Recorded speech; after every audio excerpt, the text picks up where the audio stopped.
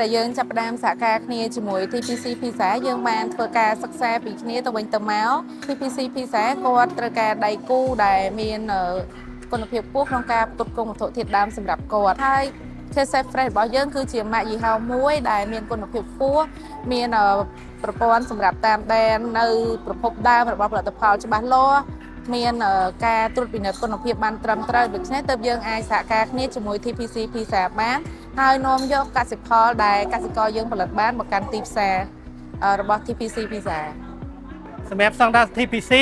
ទាំងអស់គ្នាទទួលស្គាល់ថាជាក្រុមហ៊ុនដែលមានស្តង់ដារអញ្ចឹងដើម្បីអាចផ្គត់ផ្គង់ឲ្យ TPC បានយើងក៏ដូចគ្នាត្រូវការសហការមួយគាត់ក្នុងចង្វាក់ផ្គត់ផ្គង់នេះឲ្យមានការបដិកលាដោយគោរពតាមស្តង់ដារសុវត្ថិភាពចំណីអាហារ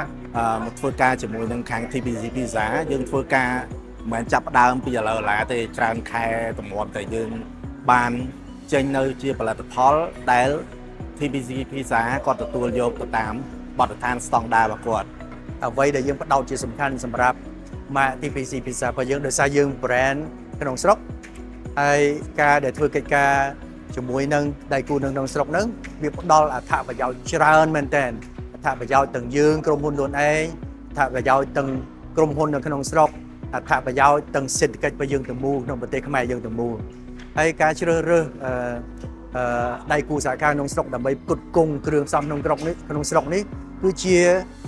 គេហៅថាអតិភិបមួយសម្រាប់ក្រុមហ៊ុនរបស់យើង TPC Pizza របស់យើងនេះសម្រាប់តទៅអនាគតហើយការជ្រើសរើសដៃគូសហការក្នុងស្រុកនេះគឺថាយើងបានសង្កេតមើលជាយូរមកហើយយើងចាប់ផ្ដើមមើលថាក្រុមហ៊ុនណាដៃគូណាដែលយើងអាចសហការជាមួយអាចទំនុកចិត្តបានដើម្បីផ្ដល់នៅម្ហូបអាហារគ្រឿងផ្សំដែលមានសុវត្ថិភាពចំណីអាហារដែលជាចំណុចសំខាន់សម្រាប់អតិថិជនរបស់យើងចុងក្រោយយើងរើសដៃគូ3ដែលបានជម្រាបខាងដើមហ្នឹងគឺយើងមានខាងក្រុមហ៊ុន Empik ដែល brand របស់គាត់ Asha Food យើងមានក្រុមហ៊ុន HMC ផ្នែកខាងសាច់មាន់បាទ Empik ខាងដើមហ្នឹងគឺផ្នែកខាងសាច់ជ្រូកHMC នេះផ្នែកខាងសាច់មាន់ហើយមួយក្រុមហ៊ុនមួយទៀតឈ្មោះ K Safe Fresh គឺជាក្រុមហ៊ុនមួយដែលផ្ដល់ផ្គត់ផ្គង់នៅបន្លែសម្រាប់ TPC Pizza របស់យើងអញ្ចឹងក្រុមហ៊ុនមួយដែលយើងជ្រើសនេះសិតតែក្រុមហ៊ុនដែលធំក្រុមហ៊ុនដែលនៅជាមួយស្រុកយើងបានយូរអង្វែងរួចមកហើយយើងមើលស្តង់ដាររបស់គាត់យើងមើលចង្វាក់ផលិតកម្មរបស់គាត់យើងមើលទីតាំងអាជីវកម្មរបស់គាត់យើងមើលស្តង់ដាររបស់គាត់តាំងពី